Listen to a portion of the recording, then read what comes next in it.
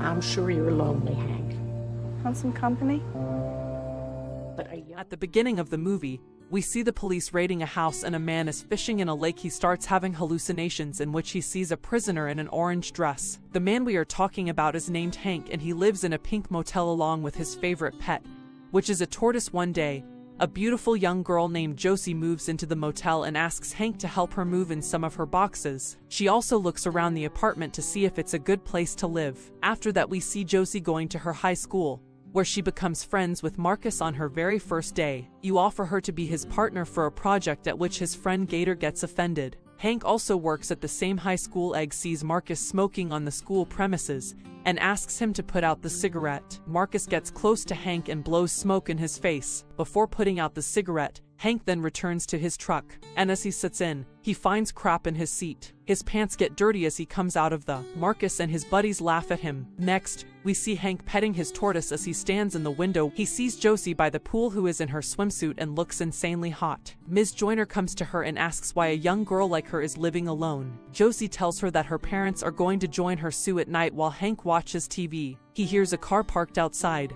He goes to the window and sees it's Marcus in. Marcus tells Josie that he's skeptical of Hank and he is not too thrilled about the fact that he lives just across from her. He goes on to tell her that he has never liked Hank because he strikes him as a weirdo. Marcus is then a little shocked to see Josie's place as he sees no furniture in there. However, is simultaneously intrigued at the thought that Josie is alone and her parents are not going to be home anytime. He goes on to ask about the whereabouts of her parents, and Josie reveals that her father is in the military and has been assigned to a project in Germany, and her mother also went with him, so it's just going to be here for now. She goes on to add that she was sick of the military lifestyle, so her parents emancipated her one day. Hank is sitting in his truck when Josie appears and gets into his car. The two start talking, and as they get to know each other better, they start acting. For starters, they talk about Marcus, and Hank expresses how the boy gets on his nerves. Josie, on the other hand, talks about how her father was never around, so she did not get to spend much time with him. She then goes on to ask him about his hobbies, and he tells her about his pet and fishing. She then asks him if he is going to the cookout, and it turns out that he has no idea that there is going to be a cookout. He, however, says that he is going to be. When Josie gets out of the car, we see that Marcus has been watching both of them. Memorial Day is here, and Mrs. Joyner seems busy as she's serving drinks to everybody, to everyone's surprise. Hank shows up at the gathering. They're surprised because he never takes part in social gatherings. Josie is excited to see him and takes him with her to show him something, and Mrs. Joyner notices that the two seem close to each other. She does not like it, given the fact that there is a huge age gap between the two. Josie, on the other hand, takes Hank to show him a turtle racing stadium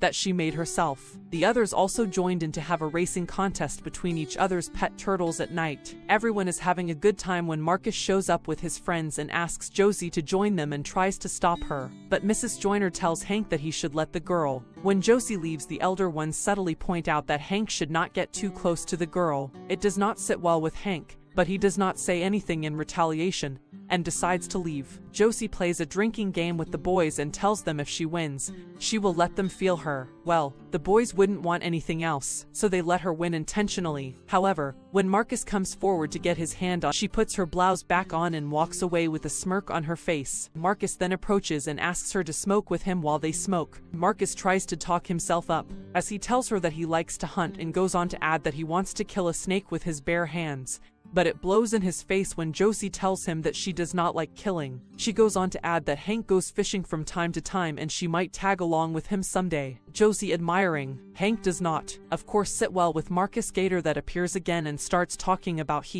mutilating dead bodies. The boys tried their best to prove that something is wrong with Hank, but Josie defends Hank and goes on to tell them that she does not believe and cause watching TV at night. When he hears a car stopping outside, he peeks out the window and sees it's Marcus and Gator dropping off Josie. As the boys leave, he goes outside to talk to Josie. He tries to engage in a conversation with her by thanking her for the tortoise race earlier, and Josie then asks him when she is going to see the habitat he has built for the. He offers to show her around right away, when she refuses, saying that she needs to get in bed. Now, as Josie gets into her place, Hank gets into his truck, and as he starts the engine, he again starts to hallucinate, as he sees the same man wearing the same jumpsuit, and ignores it and drives on. The next morning, he wakes up when his neighbors are calling him out, He comes out to see that his truck is painted with the word Spank written on it. Josie also comes out to see what's going on. Hank tells her that he is about to leave, saying that Hank seems a little out of sorts. She offers to accompany him and he agrees. Josie tells them about the rumors going on about him,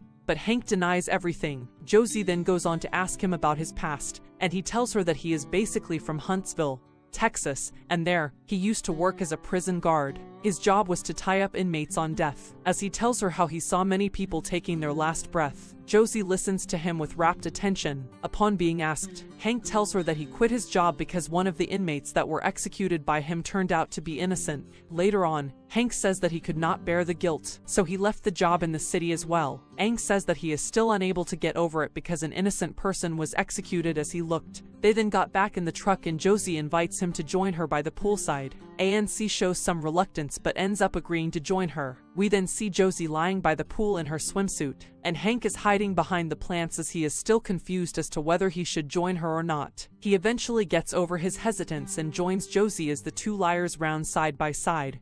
Mrs. Joyner looks from her window and suspects that despite their huge age gap, the two are in a relationship, but her husband tells her to let go of it. But how could it? As Josie and Hank talked, they plan to ride on his drifter. The next day, Arthur then shows up with drinks and interrupts their conversation. When Josie is about to tell her what they're talking about, Hank interrupts her and says that they are just talking about the things that happened in the school parking lot. Josie then understands that Hank wants to keep it a secret. Hank, on the other hand, seems thrilled about the fact that he has plans with Josie. He grooms himself and wears a nice dress. Ethan practices some dancing moves to the music. He then gets flowers for Josie and knocks on Josie's door at exactly 9 o'clock. She's a little bewildered to see Hankel's dress, a bunch to Hanks's dismay. He hears a male voice coming from her apartment, and Josie tells him that it's Marcus. She then tells him that she won't be able to hang out with him tonight, as she has plans with Marcus, and still goes to the lake, adding insult to injury. He sees that his drifter has been vandalized just like his truck was a few days ago. He gets furious and drives back to pink mode. As he is about to storm onto Josie's house, he hears moaning sounds coming from inside the apartment. He stops and goes back to his truck. It's a knife and strikes the tire of Marcus's car and then goes to his palace, and Mrs. Joyner joins him. She has a drink with him and tells him that Josie told her about his. This is Joyner advises him to get some help. When Mrs. Joyner leaves, Hank takes out his anger as he smashes stuff. Mark starts shouting outside. As he sees his torn tires, Josie calms him down and gives him a ride home. When she gets back, she knocks on Hank's door to check on him. Arcus is drunk by now. However, he opens the door and lets her in. Josie then sees his turtle habitat. The two start talking and Josie asks him if he believes in God, and he tells her that he has no use for him, so he is not really a God-fearing kind of person. Jean then goes on to tell him that his mother once said that there is no God.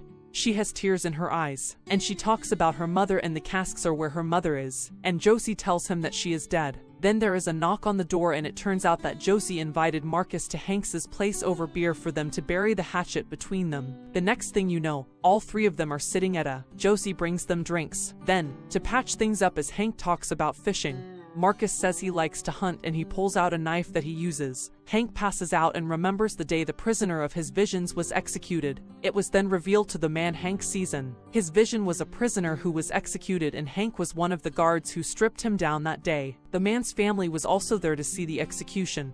A little girl and her mother were back to the present and see that Josie has Hank tied up on a chair and his mouth is. Josie then shows him a photo of a family. The man in the photo is the same man. Josie tells him that the picture was taken on her 4th birthday, and then her father was in prison for 6 years until he was executed. She says that he was not around, but at least he was alive. Josie then remembers how Hank strapped his father. As she looked on helplessly, she cries as she remembers how her mother whispered in her ear that all guards are. Josie then moves on to tape his mouth and asks him to recite her father's last words. He obeys her as he recites, "To all of you who put me here, you will meet a fate far worse than this. You will suffer in ways you never thought possible, that I promise you." That's all her father said, and Josie cries as she hears Hank reciting these. She then tells them that she knows Hank is not a bad guy, and then she knows he feels guilty for what he did. Unlike all the others, she has killed. Josie reveals that she made it a purpose of her life to make her father's words come true. She says that they all suffered from her. She, however, tells Hank that she is going to make sure that Hank does not suffer and dies peacefully, as she says that she goes on to slit his throat. And with that, Hank dies. After a while, the police arrive and find Hank's body in his apartment. Marcus, who has been unconscious all this time, gets arrested as the people living in the motel record their statements about Hank,